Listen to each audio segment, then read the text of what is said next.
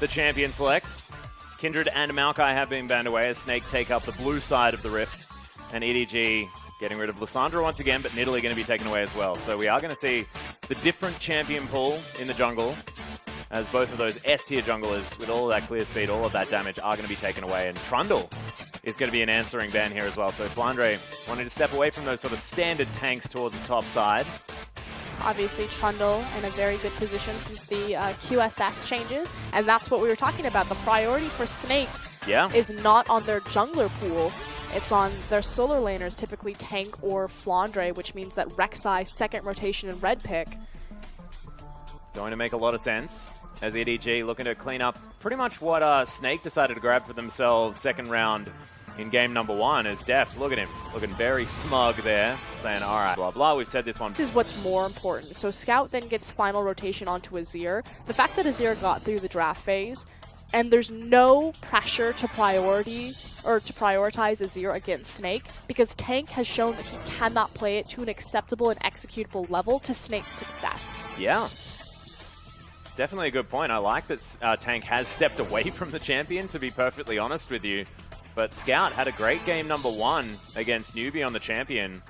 And for his sort of first game in the LPL for EDG, playing against Dade in the mid lane, it's definitely a frightening thing. We'll see exactly how he goes against Tank this time. Mouse is going to be once again the Fizz in the top. This is the second time we've seen it, now against the Echo of Flandre. ZZR back on his Elise. Big thing to point out is that Crystal chose to secure Sivir. He did hover the Twitch. Obviously at MSI we saw that Twitch was kind of the answer and counter to Lucian. So what I was talking about is Snake will show their hand whether they want to engage in a lane swap with their AD carry pick, and I have a feeling we're about to see one. Yeah, exactly right, of course. Sivir and Alistar not necessarily known for their early game power in the lane, especially not in comparison to a Lucian and a Braum. And of course, Ella has been one of those players that's able to help with these lane swaps very, very well. We'll see exactly what happens as we get into game number 2.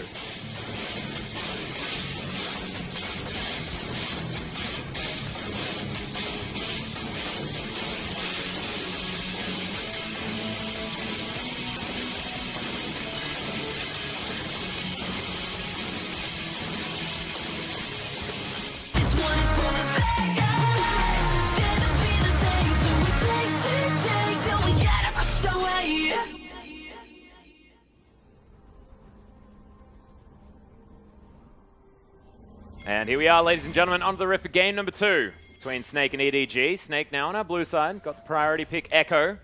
We'll see whether they are going to be able to change their fortune this time, as EDG look to try and close out their first 2-0 here in the LPL in their second matchup. Standard lane so far, as Crystal and Ella will be spotted out by Mako and Deft. Yep, door is going to be thrown. It's Crystal. Not going to quite be able to do enough damage here with the boomerang. Piercing light comes down. Ella not going to take too much there, as it's a lot of damage onto Deft with that Mantrid Q from Tank. Okay, so wards are going to go down. One of the handy things about Rek'Sai can clear out a ward if you've got Q very early on. Important thing, though, is that Snake are not pulling the trigger on a lane swap. Ella and Crystal, never mind. As I say that, they're both backing. There is a ward there in that brush as well. So I have a feeling that EDG know what's going on. They are actually moving that bottom lane towards the top side already. So we will have a lane swap initiated, but it's going to be EDG into the top side, Snake into the bottom side.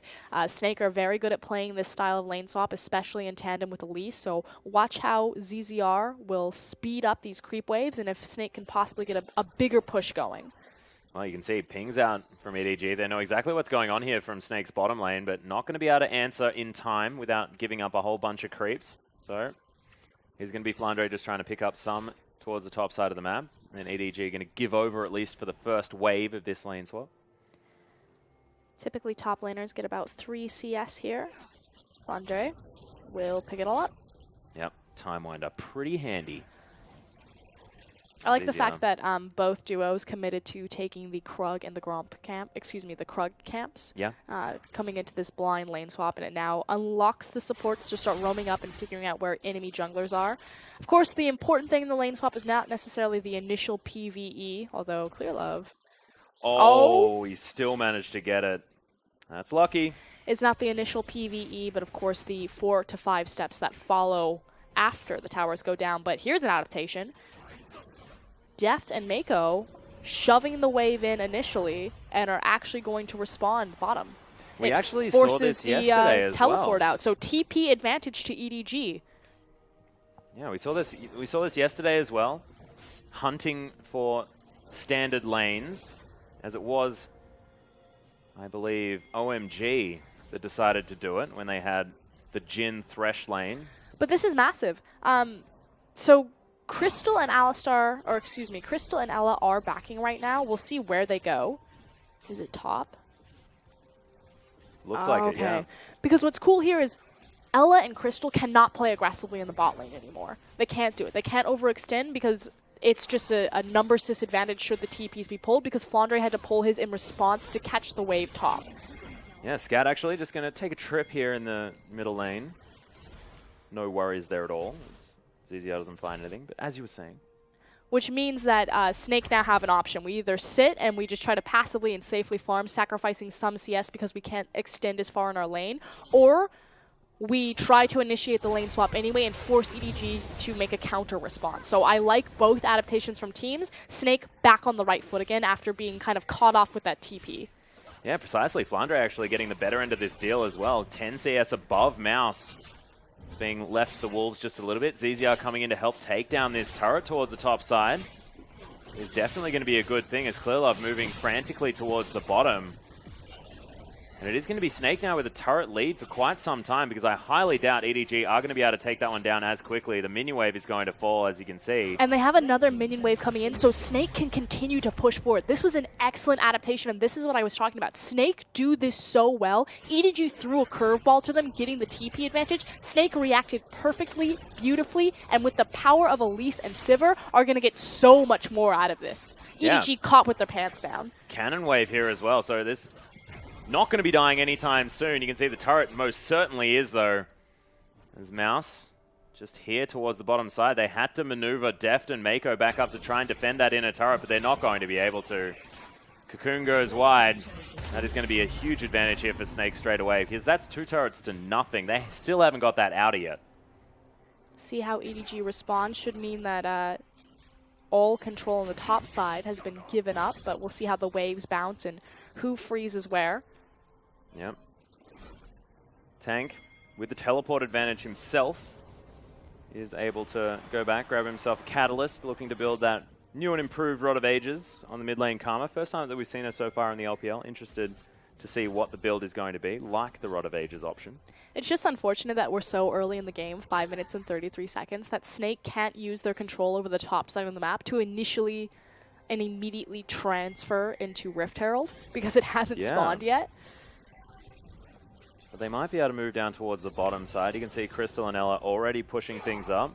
We'll see whether they can utilize sort of this initial lead that they had of global gold in order to pressure something up. But you can see Deft not really struggling as far as the items are concerned. And Tremorsense going to spot out this bottom lane from Snake moving there towards the bot side. I think at this point, EDG are more so concerned with just neutralizing any forward advantage and forward momentum that Snake build off of this. Like you said, they've got Flandre down here, so trying to really pressure this tower. But again, Mouse still has his TP, so it can still be a response. Speaking of teleport, Tank is going to make his way down here as well as Flandre's close distance onto Clearlove. He's in trouble. That's going to be first blood going down to Flandre as Mako very, very unhealthy here. And the flash comes out from Ella, delivered to Scout, who just pushes him to the death chamber. That is going to be a 1-for-1 trade, but still working out very well for Snake as they're able to get some damage down onto this turret. Flandre has himself a shield from the Karma. Stun's going to come in. No, it's not from the Parallel Convergence as Death flashes out of the way. Flandre in trouble. Scout grabs another one as he flashes over the top. Tank taking some damage himself.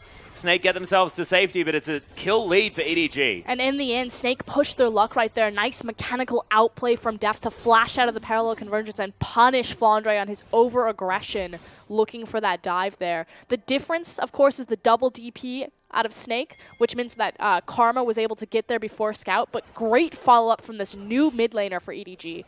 Yeah, Scout really playing that one out beautifully, and we questioned, some of his positional decisions in the last game. Definitely not going to happen this time around. Looking brilliant. Low mana bars here for the AD carries, but Deft takes a boomerang, struggles just a little bit. But what EDG managed to do there is that Snake had all of this forward momentum. They pulled the trigger on the aggressive play. They tried to force the TPs. They tried to force that tower down to continue this structure snowball. EDG managed to stop it, get a slight foot back in the door by trading 2 for 1 in the kills. Yeah. But more importantly, everything slowed down. The TPs are gone. It just goes back to standard laning, which means EDG's scaling comp has room to breathe again. Thank goodness as well, as Clearlove is going to make his way towards this Gromp. Full vision available here for Snake, though. Know that the jungler is towards the bottom side as Flandre once again in the top side. And this wave finally pushing back towards him. Mouse got himself some respite, but now it is going to be all about Flandre picking up that massive creep wave. Mouse actually looking to try and pressure ZZR out of here. Yeah, not going to be able to steal away the red. Nicely done by the new top laner from EDG. Yeah, and I'm curious what kind of build he's going to fit into this Fizz. Typically, we've seen the return of the really tanky Fizz. Yeah. Prioritizing armor, MR, as well as CDR, because naturally CDR on Fizz will translate to pseudo-tankiness because you spend more time in the air off that playful trickster and less time taking damage. Precisely. Well, you can see ZZR was eventually able to grab the red, but Clearlove able to trade that one out. Steals away the Raptor camp as well. There's now Tank moving towards his blue buff, looking to get that one handed over to him. Scout probably going to claim his relatively soon as well. We'll see whether Cinderhulk can now be picked up from Clearlove, who's 45 CS to 21 right now, and does have his jungle item fully completed.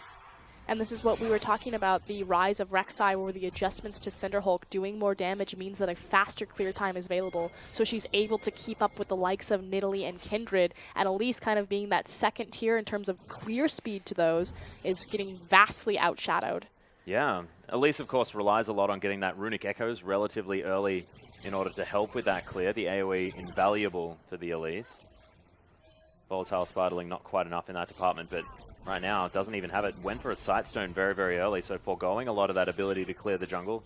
Just try and keep some extra control, which makes sense for what they were playing towards early on, but EDG have well and truly grabbed back hold of this game and have some standing gold on this map to claim at the same time. I mean, there's about 2,000 gold worth of turrets that are available here. As Clearlove just smites that one out of the way. Wants some Raptor sense. More importantly, it's separating the fact that Scout managed to get the little ones, so quite a big chunk of gold there, but still making sure that he's not hurting his jungler by leaving the big camp. Yeah, public service announcement here is, oh, actually, Tank's going to fall down here in the mid lane. Ella trying to save him in classic Ella style as Tank's running away. There's a concussive blows, though, as Mako doing some work. Scout gets some help from his support player as now ZZR uses the repel to get himself away. EDG just grabbed themselves one. Really nicely played, especially from Scout with that swoop and scoop. And again, full praises to Ella. This guy is just a monster. Arrives just in time to mirror and shadow Ella's gank and save Scout, as well as sets up a kill beautifully for his team. He was the true difference there for EDG coming out on top and looking for more. Oh, Crystal on the hunt has been popped here as EDG haven't taken down this turret just yet. Teleport comes in.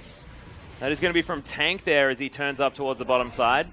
Slight man advantage now here as well, as EDG do make their way out. Brilliant communication from EDG. They have the TP also available on Mouse. They say, no, we don't need it. You're fine. Get the free cooldown from Flandre. Yeah. Flandre, of course, had already used it as well, so it's giving Scout a lot of time there in the mid lane. 105 to 87. Tank's TP. Yeah. Well, I mean, this is big news for the Azir, who's still doing fine. Of course, Karma can be a very oppressive lane. So far, not looking so here for Scout, who's well and truly in his element. I mean, he looked very comfortable on the Azir in game number 1 yesterday. It still does here as he's trading with Tank very, very nicely, but nice Mantry Q is going to answer back very well. Needs to be careful, though, as ZZR is shadowing to the side. And this is kind of the other big question, although I have a feeling he's going to... Oh, just really nice patient play here as well as he uses his shifting sands in order to get himself to safety. Just making sure that he's never at a position where he's overcommitted to any of these. But there's a headbutt pulverize onto Deft. Ella does need to be careful as Teleport's now going to be coming in. Mako tanking up the turret. Ella is going to fall down. Deft grabs the last hit of it, and the Fish is going to nom up the AD carry. Crystal, ain't nothing he can do, and Mouse has the teleport advantage. And that's the perfect example. In the very beginning of this game, that was the curveball that EDG threw at Snake, is that they got that TP advantage by playing the waves correctly, which forced Snake to then move on to Flandre's side of the map, simply because if you have the TP advantage, you cannot play on the bottom side of the map in today's meta. I just think it's so beautiful watching EDG play out a game that was arguably like mismanaged in a macro sense early on, just because of how well Snake had managed to utilize their lane swap. It was one and of then these, turned it all around. Yeah, exactly. One of these rare instances where instead of having one team playing well and one team playing poorly, we actually had two really good plays from both teams. Snake just managed it better, but Clearlove now catching out ZZR. Yeah, nice Cocoon comes in, stops Scout from making his way over, but that's called delaying the inevitable, ladies and gentlemen, and ZZR is going to fall. Sand Soldiers commanded to tear the spider apart. Which I understand, being an Australian. Like you said, EDG are now just playing this portion of the game better and really starting to find their momentum. So Snake had a good first punch, but they don't have any follow-up so far. A note to everyone at home, Froscarin did almost punch me, just for emphasis. As she was talking about the first punch. Went right for the gut. Damn right you did. But you can see EDG, they've got CS advantages where they need them. Scout's ahead. Deft is ahead. Now Snake trying to just group together and brute force down this inner turret. Not sure whether they're going to be able to get it. Azir moving over relatively late. But as soon as he enters Fog of War, Snake have to respect it. And speaking of CS discrepancies, Snake also do have it on their all-star top laner, so 79 to 60, although EDG have done a fantastic job allocating resources in free farm into Mouse when applicable. When applicable, yeah. Wow, almost fumbled that word. Yeah, no, you're good. I'm getting sick. You need to trust yourself. That's what you need to do. I try not to. So do I, don't worry.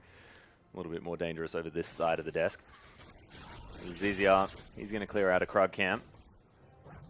You were talking about Mouse. He's fallen behind about 30 CS now, but 102 will be helping him out here. He's got waves continuously pushing into him, though. Like, Flandre has one wave that he's going to pick up, but Mouse will get two, as Mako's caught out. Yeah, and a whole host of trouble. He's being given up for dead here as well, as he decided not to try and stand behind Deft. Just knew that he was going to die. So, nice pick off there from Snake. And look, you see the Karma come down. There's been so many of these support Karmas that don't do a lot of damage. And then Tank's like, yeah, no, I'm going to kill you. And he did. Big difference is also Flandre, hold on, diving. Yep, nice dodge out of the way of the parallel convergence there. As Ember there's survived. the ultimate, the immediate answer there from Scout. Flashes out of the way of Ella there as well, who can't do anything. The Sand Soldier's in a brilliant position under the turret. Nice pick up from Mouse. Flandre, what are you doing? Yeah. Way too aggressive on the dive, mismanages it. Now ZZR in trouble as Deft picks up a free 1v1 kill. So Snake just kind of losing their minds on multiple members across the map at the same time. Yeah, caught with their pants down. And Deft, he killed Spiderlings with the culling and then said, well, I'll use the rest of my buttons to just kill you, ZZR. That's going to be absolutely fine. Cloud Drake is now just going to be freely gifted over to EDG. And Snake, what was, you know, a tightrope that they were relatively confidently walking earlier on, is one that they've basically fallen off right now. They need to find their way in. I mean, they still have a hand on the rope and get themselves back up, but getting yourself back onto a tightrope when you're halfway through, that is tough. The scary thing is how these compositions will shake out in the late game. Yes, Sivir is going to be able to do massive amounts of damage, but she's coming into her mid-game power trough, whereas Deft is really about to come online. Well, they're trying to find Scout one more time. They are certainly going to do so here as it's a 1 versus 3. Didn't have the Emperor's Divide. Decided not to use the heal. Just knew that he was going to be dead. Hand in a turret. back on the rope. Yeah, exactly. We've got at least another arm up there. We'll see whether Crystal can get some good damage down onto this outer turret. ZZR is going to make his way in as well. Here comes Deft and Mako, though, for the flank. Yeah, the back is coming in from Mouse as well. He's got teleport available. Wants to use. Doesn't have home guard because, of course, still 3 minutes away. The Snake can't break open that mid lane. Still have a tower advantage to them, as well as complete control over the top side on that. Yep, Mako clearing out some minions here for Deft using that Relic Shield, and Mouse just going to make his way back towards the top side. Okay, so now the question comes, as this game goes later and later, who actually has the compositional edge? Yeah. Still going to give it to EDG, despite Crystal's... The Azir factor, is that what you're saying? It's kind of the Azir factor versus the Beyblade arena of Sivir. And the movement speed power of Siva Karma as well, which has been very, very strong. Of course, yesterday it was more about who got to pick Siva. Because honestly, she was a lot of what we were talking about in a lot of those games. It seems like within each group, there's this different meta that's been developing. And Siva was a large part of it for Group B. Again, the passive nerfs to movement speed means that Siva and Karma, with the ability to augment their team around the map, makes them that much stronger than before. Clear Love, careful, buddy. He's just demonstrating why new Cinderhulk is so beautiful. It's because you are able to farm up to a lot of these items very early, and you're extraordinarily tanky, so you can just stand around being frustrating for extended periods of time. And a big difference between Rek'Sai and Elise late game is Elise is going to become a pick bot. Yep. Whereas Rek'Sai is an actual frontline threat, as well as a backline threat. Well, we'll see exactly whether it is going to be able to work. Of course, you know, depending on what builds you go for, Elise can be, you know, she can do a bit of damage. Ella is going to tank a culling. Half the health bar of the cow, of course, does have Unbreakable Will available, so going to be difficult to dive. Just sending a message on the side of the bottom lane of EDG. It's getting better position on this mid lane. Ping going down for the tower. EDG are in full siege mode. They still don't have the Black Cleaver online for Deft, but confident enough in where Scout is on his Azir. Yeah, nice block there of the Mantra Q by Mako. Chunking out here on the side of EDG as Scout gets some good damage in. But yeah, really, really nice. Teleport comes in from Flandre. We'll see what he can actually get done. Deft, fantastic positioning now as Flandre just ults himself back towards the top side, and that's a way to disengage. Yeah, Echo relocation, puts himself back up there. Both TPs are burned, and Flandre will pick up an extra wave for his troubles. Very cute, very cute. See whether it's actually going to be good enough in order to save this inner turret, though. It looks like the jungle going to be under fire from EDG. So ClearLove going to grab himself some Krugs, and Deft looking for a red buff as that one just spawned. EDG are still very keen around this mid tower, so Snake have to be very adamant and diligent about their back timers. Yeah. Deft actually moving towards the bot lane now as well, just to clear out that minion wave. And see, they did a good job here. As soon as Karma is back, making sure that Crystal's there. You know, it's my shift, clocking in. Yep. Rocking up to that mid lane, not getting it for free. And so EDG are just going to go ahead and allocate farm across every single lane appropriately. We're probably going to wait for this next dragon fight before things really start to explode again. Yeah, I actually really like that out of this composition, out of Snake as well. The extra wave clear options that you do have. Tank, fantastic wave clear on the Karma if you can throw a couple of Qs at the wave. And of course, Siva needs no introduction on the wave clear front, especially if she decides to go for a static shiv, which a lot of them have been doing. Of course, Phantom Dancer is there. You don't necessarily need the added clear or added instant clear. I also just like it because of the instantaneous burst damage that Sivir can provide, just because she's going to stack up static shiv proc much faster than other AD carries. Is he on the hunt? Of course. Well, you can see Flandre and Mouse just facing off. No teleports available. Crystal says thank you for the mana as ClearLove throws him a Prey Seeker. But Scout, of course, on his own here in the mid lane, just not a care in the world.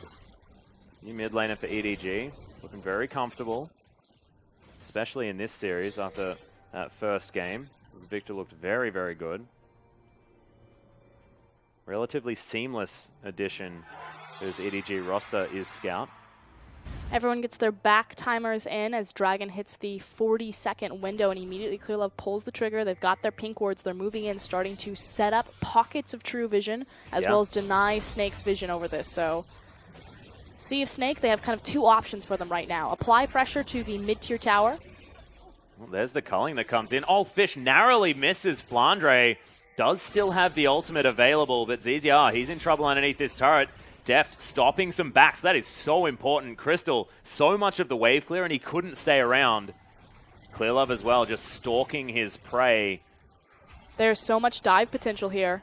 Yeah, they're actually still looking for it here as well, waiting for another minion wave to come down as Ella takes a little bit of poke Way from too the Sand dangerous. Soldiers. Yeah, in goes ClearLove. Can he get the knock up in the right spot? Nice work from Ella just to stop the Rek'Sai from getting in there as Deft has to deal with Flandre. Parallel Convergence doesn't quite get it as Mako utilizes the ultimate. Oh my goodness! The Ignite not going to be enough for Flandre there. And EDG just move off to the Baron. They'll take the consolation prize. So much patience out of EDG. You know, you're looking at that they're set up for the dive. You can see that they want it. They have the appropriate vision. They know who's moving over. But it's still diving the likes of Elise, Echo, Karma, and Alistar. So instead, what do? They bait Snake off of the tower. And Flandre takes the bait, hard engages, doesn't lose his life for it, but Snake get forced off, which means a free Mountain Drake for EDG. Yeah, that's going to augment their Cloud Drake there as well, and we'll see whether they're going to utilize this to siege down some more turrets even more effectively. Crystal does have the Static Shiv now completed, so 2 items for the Sivir. Probably wants the Infinity Edge before he feels super good about his life. But still looking great. This is the fight they want, though. Coming in from Clearlove. Will they be able to take down the turret is the question, as Crystal already very, very low. Tank's going to get knocked up. That is a priority target, as there's a concussive blows. Brilliant fish comes out of Mouse, flashes on top of Crystal, but he is still alive. Mako taking so much damage. Mouse right in amongst it. You can see these health bars. They are so damn low, as Ella, that Unbreakable Will is a bit more breakable than you'd otherwise expect. Throws out the ultimate to Scout. Not going to quite find anyone. It's Flandre just being the frustrating Echo that he can be, and Snake bite back really nice in this fight. It's a 2 for 3. Flandre again finding multiple members of EDG with his Echo abilities in Game 1 and now in Game 2. Reactivates his ultimate, gets in the thick of it, and Scout completely whiffs the Emperor's Divide. Yeah. Still able to clear out the minion wave, EDG. As Mouse and Deft in a good position for themselves. Mouse can go back to base, grab himself some extra health back, and then teleport in if he needs to, but there are multiple teleports available now from Flandre and Tank. And Deft actually does need to be careful here. Dangerous times, but Snake showing that there is still fight left in him. Yeah, looking much better. Kind of curious that they had to shift Tank over from a carry role to more of a secondary support role, sitting 0, 1, and 6 respectively on this Karma pick for the mid lane. And it's really been the story of Flandre and Ella working together to kind of put Snake back in this, moving very well around the map. Yes, Flandre still kind of... Oh, Crystal, that is double piercing lights coming in. He won't be able to help clear out this minion wave. Clearlove is actually going to get stunned up. Headbutt Pulverize comes in as Ella doesn't have the ult. Brilliant Glacial Fissure. Mako continues to impress as EDG grabbed the turret as well. And EDG are doing this without diving. Yes, they took a couple of turret shots on the back end of that, but it's constantly baiting Snake off of their own tower and fighting just out of tower aggro range. They've done this 3 different times now and have been successful every time. Respecting Snake's comp, but showing that they are the more matured, more experienced LPL team in these small decisions. Yeah, taking fights that they know... Taking fights where they're most advantageous. Yeah, exactly. And knowing that if they are going to, you know, lose out the trade in the fight, like 2 for 3, like what happened last time, nothing's going to come of it. Because Deft stayed safe enough to clear out the minion wave afterwards. They're taking fights that they know they're going to be in control of, no matter what the outcome. This Tank looking to pick up this minion wave here. Deft grabs himself a red buff. Black Cleaver now done. Zeal picked up as well. See what Zeal item he goes for. It has been sort of the general option, Rapid Fire Cannon. I do like Phantom Dancer. Make yourself like that skirmish battle Lucian. Rapid Fire Cannon does work very well with Lucian, though, by throwing out the W, getting that increased range following. Means that you can throw out that Ardent Blaze, hit someone, get an easy auto attack with the double tap, and then close gap with the extra movement speed. Like it.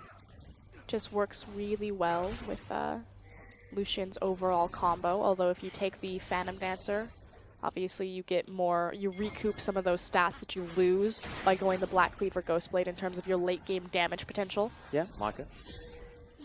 As well as the fact that, you know, you're even more able to skirt around effectively, given the sort of unique passive of the Phantom Dancer. And that just kind of speaks to where Lucian and why he's so strong right now. So much flexibility in his build path, so much flexibility in going into a lane swap, being able to siege towers so effectively with double tap passive, as well as sitting in a standard 2v2 and just dominating people because you're a fantastic duelist. This is so cute out of EDG. ZZR is going to check the pit. They know that the Baron is falling down, but Clearlove, of course, you can see, able to tank for quite some time, only down to half health now as well, and has a lot of rage to eat up.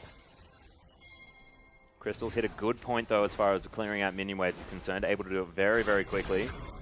And Tank may need to be a bit careful, but is going to, and is going to be okay. Sun turret falls. Do not be perturbed. As now Scout takes a boomerang. Might need to be a little bit careful, but of course does still have the shifting sands if he needs to reposition. Mouse heading back to base. We'll see whether EDG are actually looking for a fight. The easiest objective for EDG on the map is that top tower, but they really want to make a pick and transfer into Baron. They've got a lot of their vision set up, so allocating their gold there, and they have a small window of opportunity to play to the side of the map before the next dragon. Yeah. Well, Tank is able to clear out this minion wave very, very well. Lots of defensive vision from Tank. Sorry, from Snake, just in general. And the AD carries are going to meet each other. Crystal says, nope, I don't want anything to do. It's no surprise that Snake have been able to ward off EDG as effectively, simply because they see have... what you did there. Simply because they have Crystal on Sivir and Tank on Karma. The combined movement speed and wave clear potential of these two champions is what's stopping EDG's momentum. They're able to skirt underneath their ward line and just bounce back in between top and mid safely and effectively. And Flandre as well, easily capable of splitting against Mouse at the same time. This changes now that EDG have the dragon upcoming and Snake have to play to a blind side of the map. Again, they know that they're behind. Yeah. Things need to line up perfectly. Actually, you know, let's compare if they're actually behind. Checking items. Still don't have the Infinity Edge online for Sivir, so she's still technically in a power trough. Echo's looking pretty strong right now, though. Almost has 3 items, but Mouse is ahead in that regard, has actually completed the Spirit Visage. I think it's fair to say that it's easier for EDG to win a fight than it is for Snake. How about that? That'll be fair. Which is why they're not going to go ahead and contest on this dragon at all. Yeah. Will be another Mountain Dragon. Excuse me, their first Mountain Dragon. I think the other one's Cloud. Second. Oh, yep. So 2 mountains, 1 cloud. 2 mountain and a cloud. We'll be able to grab a second cloud as well. As Deft going super aggressive into Tank. There's the culling. Half the health bar of Tank, but that Rod of Ages helping him out, keeping him alive. And there's multiple flashes as Deft takes a Q. But nothing to really come from it there. ZZR was looking for something. It was an immediate flash of Deft in response. So, Elise flash for Lucian flash. Feeling pretty good if you're Snake right now. Does have the CDR build, though, which immediately translates into safety for Lucian, just because he gets more relentless pursuits. Yeah. And now with the trap. Well, done it. I think this is pretty optimistic from EDG. Yeah. There's not a lot of reason for Snake to walk in there. There's no red buff. No the dragon. Wave on bottom is very far forward. Like you said, dragon is gone. There's the red buff. Well, you can see Tank and ZZR are hanging around. Volatile Spiderling comes in. Nice tag with the Winter's Bite. Squirrelove dodges out of the way of the Mantra Q. Tank now taking some damage from Deft. They want to be able to take down this red buff. Scout's making his way in there as well. Teleport comes in from EDG. They're looking for this as Scout has to fight Flandre. Clearlove waiting for a tunnel, gets one. They have regrouped both sides of the map. As Snake now actually looking to go aggressive as EDG move towards the Baron Pit. Got their prize. Got what they came for. I didn't actually see who got the red buff there at all. I think it's Clearlove. Yep. There it is. Sivir now has Infinity Edge, so Crystal is very powerful right now, which is why they're so keen to fight. Fish misses. Mouse is trying to get something done, but unfortunately already down to half health. The exhaust goes down on the Fizz as Scout already here. Lots of auto attack damage from those Sand Soldiers, but same can be said from Crystal and his boomerangs. Clearlove takes a fair bit, but he's pretty tanky. He's going to be okay for now, and this game feels on a knife edge in these team fighting phases, given the strength of Crystal now with that Infinity Edge built up. ADG still, though, being very respectful. Yeah. Disengaging very well. Unfortunately, Mouse's Fish did not connect. You still have to look at Deft and say 4-0 Lucian. Still very, very strong. And kudos to Mouse. I mean, the guy has a very strong Fizz at this point in time. He's done a good job getting his Fish on the appropriate targets, or at least zoning effectively with it. So playing a very different role this time around than his normal kind of peeling secondary support top laner role, truly being that backline dive threat that you would expect out of a Fizz top. Well, Flandre going to make his way towards the mid lane. You can see vision well and truly regained by EDG around Baron.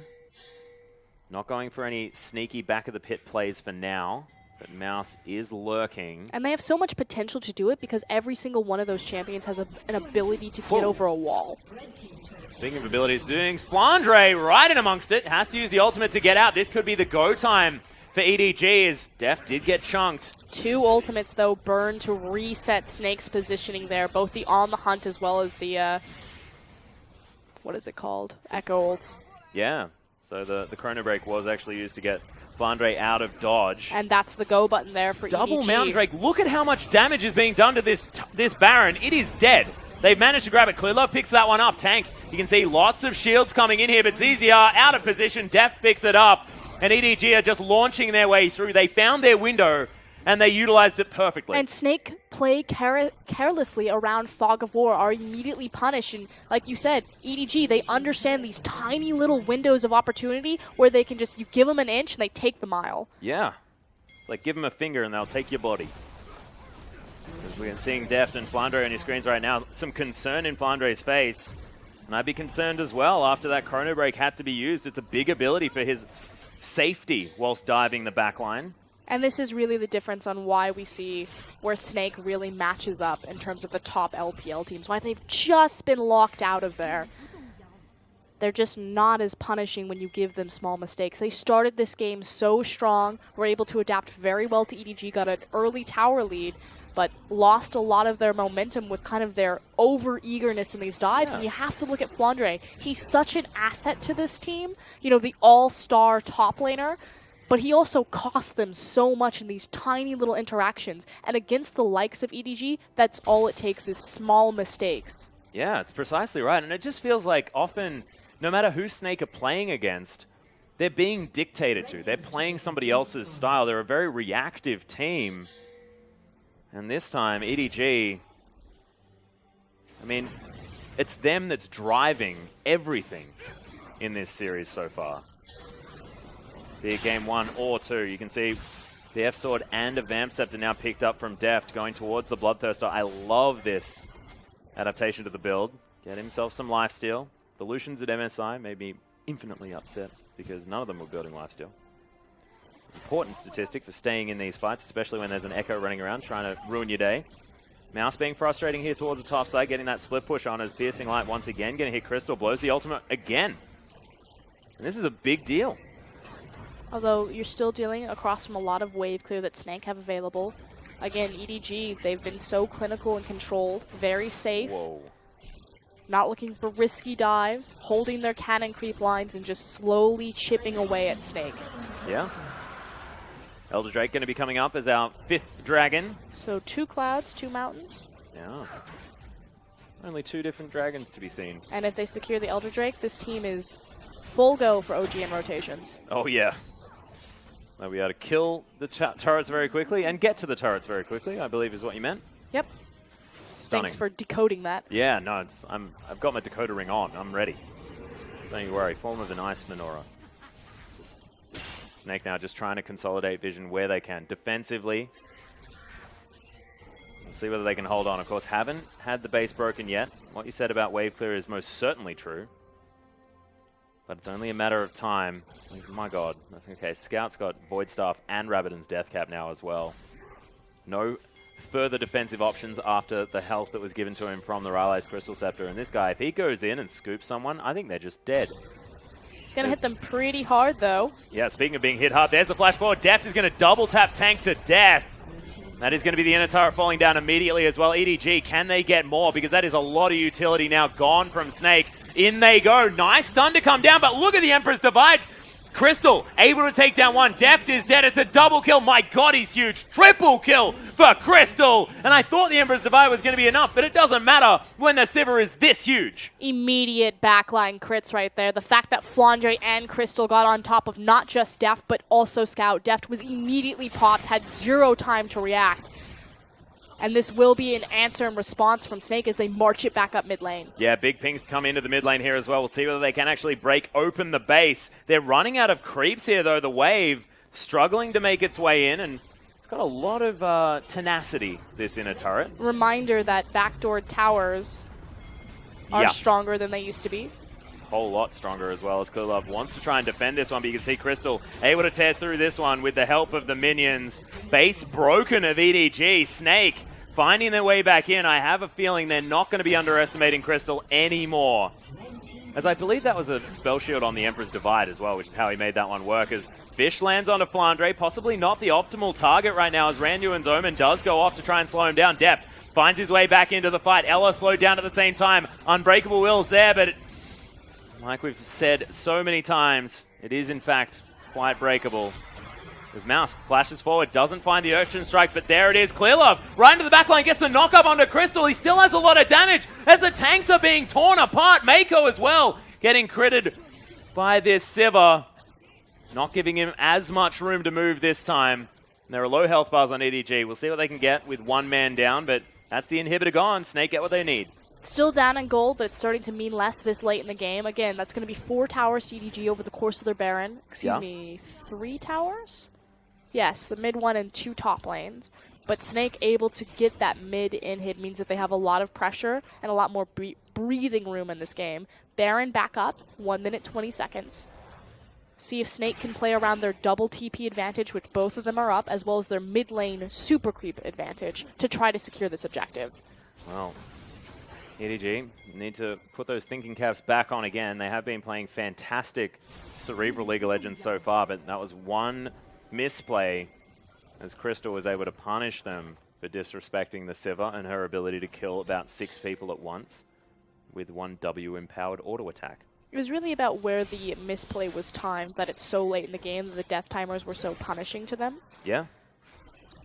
Can expect that EG won't let their carries be jumped on lightly again. Precisely. Well, Deft, he is heading back to base. We'll see whether he can complete the Guardian Angel, which it looks like he's trying to get, and he has. So a lot of extra survivability here for the Lucian. Not going to be popped anymore in these fights. Flandre is just such an interesting player. The fact that he swings so catastrophically between amazingness and just completely throwing the game for his team. Well, he's just a man that makes aggressive decisions, right? And it's either going to work or it's not. And when it doesn't, it looks ridiculous. And when it does, it looks ridiculous. The full embodiment of Macnoon. Exactly. Love it. But EDG, there is a ward in this Baron pit. But look, double Mountain Drake, it's just... Here comes one auto Flandre. attack's doing 1/3 of the health of the Baron. That is stupid. EDG will have to fight for this one, though, as Ella getting taken down so low. Scout picks up the kill immediately as Flandre is over the wall. Deft has to deal with him, but he's got a Guardian Angel. He's so safe. Flandre is going to dash his way back over. Nice fish. Crystal's dead. That's the big pickup there for Scout as EDG are tearing through this team fight. Flandre doing the best that he can, but it's a triple kill for the Azir. Can he make it a quadra? As it's actually going to be the full house as Deft picks up the second one. Really nicely played from EDG around the Baron, and they'll just finish this one off here. And that's huge props to EDG's new top laner, Mouse, right there. Coming up huge, getting to that backline threat, finding Crystal with the fish, and pushing Sivir out of that fight. She was doing no AoE damage. That was completely ridiculous. Emperor's Divide is going to come out here from Scout as well as they just push down these Nexus turrets. Double Mountain Drake is so powerful. You don't even need to worry about having minions around. They are going to take down the Nexus. It's a 2-0 victory for EDG over Snake. And look, Snake looked a lot better in game number 2. I mean, that was a good, I guess, series of play towards the end there from Crystal, but EDG, so strong. Okay, yeah, that's the perfect place to start. Let's start with EDG. First and foremost, Mouse. We didn't know where he was really going to be tested. The first game that they had, he's facing across from V, who's also kind of a tank player or role player, was punished a little bit, but like, okay, is this going to cause problems? Will he be able to stack up in a 1v1? Faces across from Flandre, does beautifully. That last team fight really stepped up on the Fizz, and starts to show that he can play more of that carry-oriented back dive potential, and he's not just a secondary support. Yeah, and you actually just saw the players shaking hands there. Big smile and hug from Mako between him and Flandre. They take a bow. Well-deserved here as well for EDG. Phenomenal play from them. Love how the solo lane is looking. Like you mentioned, Mouse. The guy built a Magi's at the end, so got some swagger in his step at the same time for Oscarin. I'm just very excited that I feel like we got at least one game, game 2 in particular, good games out of both teams. Yeah. Again, I really dislike situations where it's one team that's performing very well and kind of one team that's just fell off. Yeah. Early game was played exceptionally by Snake. Again, it's just these tiny little mistakes that EDG are just able to punish, but you expect this as being an elite team in the LPL. And the real shame is that we don't get to see this team across from the likes of Team WE or RNG until cross-conference. Yeah, exactly right. But it is going to make the cross-conference incredibly special. Of course, if we are going to have a brief recap on exactly how it works, Group A and B play each other twice within the group, and then cross-conference is only once, and that's going to be happening at the middle of the split. But back to Snake, and kind of props to them this time around. You are correct that they played much better in this series than they did against their Game Talent series. Huge props to Tank, you know, adjusting his champion pool. Again, issues that you can't look towards the Azir, that you almost don't even need to ban it against Snake, and so that opens up a lot more punishment and a lot more targeted bans to Snake from any team across them. But, you know, pulled out the Karma, did really well to help push his team around. Crystal and Flandre stepping up back into their carry roles, and it's always nice to see Ella rejoin the roster. Oh, I'm so happy that Ella came back, and I have a feeling, you know, that was one of the reasons why they looked a little bit better in game number 2. I just want to say that it's Ella because I've always really, really loved his play, his sort of disengaged play and engaged play that he managed to find as well. The fact that he plays Alistar a little bit differently to other supports as well, often able to use it more as a peeling tool rather than a diving, engaging tool. And again, we don't know the intricacies of any of the shot calling that goes on in Snake, so we don't know if Ella plays a big role or a small role in any of that. But they did look a bit more comfortable. Obviously, Ella unlocks himself a bit more. Jay-Z, good support formerly of Energy Pacemaker, who are now known as Game Talents. He's a big hard engage style of support, likes to make those plays. But Ella is just so well-rounded. So I'm curious to see how the team continues to develop with both of these talents in the bot lane, particularly alongside Crystal, who's really coming back into his own of being that really aggressive carry that the team needs. And again, if Snake are playing only to the ceiling of tank, and if he can step up into a secondary support role and continue to empower an AD carry, it's just more threats for them. Yeah, really, really beautiful to see here as well out of sort of Snake in some aspects of their play. What they need to do is just be a little bit more consistent, in my opinion, because they have shown these sort of glimpses of brilliance. Like that lane swap at the beginning executed so nicely. I mean, EDG tried to throw full tower advantage. Yeah, tried to throw a curveball at them, and they picked it up and said, all right, this is looking good. We'll take that from you, and we'll move it into the extra tower that we'll be able to grab. 2 towers to 0 at the very beginning, and I thought, you know, this could actually bridge that sort of Sivir Alistar problem that they may have had in the early game, but unfortunately just wasn't quite enough based on the fact that EDG just played so beautifully in a reactive fashion on a macro level. Yeah, and especially in that mid game. Again, it's these small choices where EDG, you can see that they really want to dive. Because you have to think the outer top tier tower stood for so long. EDG could have very easily rotated up there. It's a very easy objective to take down. It's going to be weaker than the second tier mid tower. You can get behind it much easier, far safer. But they're like, no, we're tunneling on this mid tower, and I bet we can get Snake to step off of it. And constantly, you saw the threat of the dive go in. Clearlove even at one point getting right behind it and then tunnels out, and Flandre just takes the bait, bites off just slightly out of tower aggro, and is immediately punished. So EDG just showing that they are the veterans of the LPL, and that's how they won this game. Yeah, one thing that I really love as well is if we have a look at this whole series, EDG played 2 very, very different comps. I mean, Clearlove on the Kindred, then on the Rek'Sai. The style is completely different. And there's the fact that, you know, you've got the Ashe play into the Lucian play. Ashe sort of wants to stand back, utilize like a lot of range there as well, but with the Lucian, you want to be up in their face. And speaking of which, that is going to be the man that's going to pick up the MVP. I actually thought he might have grabbed it for game number 1, but definitely well deserving here. 8, 1, and 6. 74% kill participation and 36% damage share is nothing to scoff at. And again, it's just highlighting EDG's bot lane. No surprise that they're 2-0 over Snake. First game, it's MVP to Mako. Second game, it's MVP to Def. You see this in their kill participation. EDG are all about their bot lane. Traded out their solo laners, and Scout and Mouse are doing a great job keeping up with those talents. Yeah, they most certainly are. And got to see the crowd there just for a little bit, but I'm just really excited to see what more we have from this bottom lane out of EDG, because that is an Ashe game that we've seen. That's the first time that we've seen Lucian out of him. The only champions that he's played multiple times is Caitlyn, and it's not necessarily one that Deft had been playing a lot prior as well. So it looks like he's got a lot more under his sleeve. Deft has always been very flexible. I want the Jinx back, Frosker, and that's what I want. I mean, Jinx was adjusted in 6.10 with her attack speed between her switcheroo on the Q and the rocket launcher. But yeah, you're correct. We've seen Caitlyn, Ashe, Lucian, and Kalista. And I had a question mark about Kalista and where she fit in the current meta. It makes sense that Kalista should be coming back, although we haven't seen a lot of her just because Sivir's also coming back again with the movement speed. But Kalista is going to offer so much objective and monster control when you already have 2 Mountain Dragons running around. Yeah. We saw the Baron damage. Can you imagine then having a Kalista Kindred composition on top of that? How quickly you would shred through those objectives.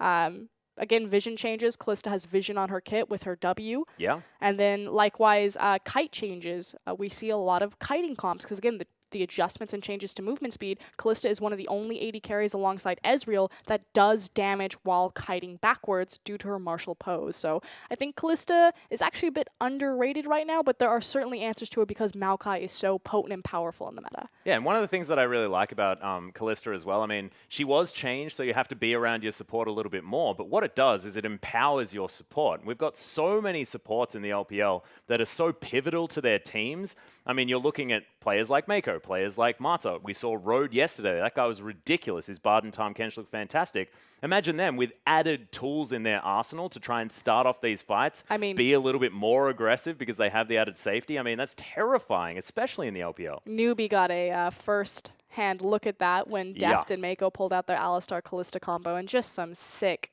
mechanical outplays that they were able to pull off with the Fates call. But huge props to EDG. There was a very clean game over Snake. More importantly, even though Snake didn't win here, they looked much better than they did in their first set against Game Talents. Yeah. So despite starting their LPL week off going 0-2 in their sets, still an upward trend, and that only means good things for that roster. Yeah, and the thing that's actually really difficult about this as well for Snake is the fact that they have to come off this disappointing loss against Game Talents, a game that they were probably expecting to win, and then had to go straight up against EDG, arguably the most difficult team to beat in their group. I mean, that's just bad luck, to be perfectly honest, is the fact that they now just have this slump in momentum. We'll see whether Snake can actually do what is quite difficult here and turn that momentum around, pick up some victories moving forward, because they do have easier games down the line, and they can't let this get to them, because momentum's a big deal when we're talking about it, and if you're going to get sort of this negative time out of the way, get it out of the way early so that moving into playoffs, you're not going to be feeling it, because Snake have often sort of moved into this sort of negative situation towards the playoffs. I mean, the question now comes, can Snake manage to scrape into top 4 so they can make a playoff run again? We will see Saint later on today as they'll face across from Invictus Gaming, so kind of a big question mark on them and where Snake actually match up in the context of their group. Yeah. Yeah, I'm going to have a look at some highlights here as well. As you saw, Scout just pushing Ella out of anything, as this is the first dive that EDG played out really, really nicely. Deft, watch this flash. Initially, it looks so good from Snake. This is the perfect call just because they have the TP advantage. But again, it's just these small, over-aggressive steps from Flandre that EDG punish and then make count for so much more. Yeah, and it's the fact that this EDG lineup are just positioning around each other so beautifully. I mean, you see Mouse go very, very deep, tries to get on top of Crystal, but they play it out nicely. You can see there's actually a lot got back here, some signs of life from Snake in this particular team fight. But EDG still, you can see, grouped all together. Oh dear, that was the problematic Emperor's Divide that Flandre was able to get himself out of. And it was a nice trade from Snake. There is still life in this team. They still look okay. And look at this. Look at Crystal. Yeah, just a question mark about that Azir pickup, though. As soon as they can shore that up, I think they'll be in a much better hands. Yeah, Crystal also spell shielded the Emperor's Divide perfectly. Pixel perfectly. We've got some good AD carries in this league. Damn right we do. And Crystal definitely stepping up to the plate, and I'm really happy to see his aggression, but also just happy to see Crystal stepping into the limelight one more time, because Snake just looked like a very different team when it's not Crystal having like the benefit of double Mikhails and stuff like that with Nunu's running around the Rift. If you remember back to the Barker and Beast days, it was all about Crystal and being the gigantic Draven in the front line, smacking people's heads off with gigantic axes. It's now looking really similar with the Twitch pickup. The guy looks like a true carry for his team. The Sivir actually looked very, very good as well in some of those team fights towards the end. EDG just sort of outclassing. Really love Crystal now sort of back into the forefront of this roster. No, completely agree. So hopefully we'll continue to see Crystal on the rise. ZZR showing up a bit of his issues. Normally he's a very strong jungler. This just wasn't his series, but he's looking across from Clear Love, so not going to fault him too much on that. But overall, like you said, life still left in Snake, but EDG, they look like the monsters and they look like they're returning to claim their LPL title. That's exactly right. But, ladies and gentlemen, we do have 2 more best of 3s. Frosker and I are going to step off. Fish and Spawn are going to take you through the next 2 best of 3 series. And the next one is, in fact, going to be GT taking on Saint. We'll see you after the break.